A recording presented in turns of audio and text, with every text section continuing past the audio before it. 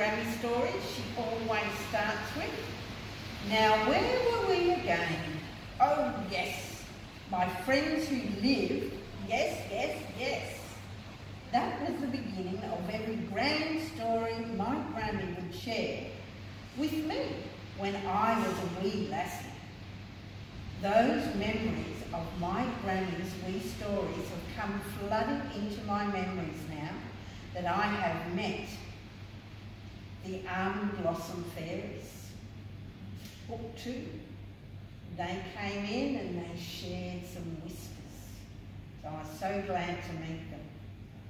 I also have found my creative flair once again and have been spending many a late night creating what I have seen here in the Vales. At the moment, I am trying to get Max the Purple Dragon's smile just right. Grammy's stories needed to be shared, and I have made it my mission to share them all.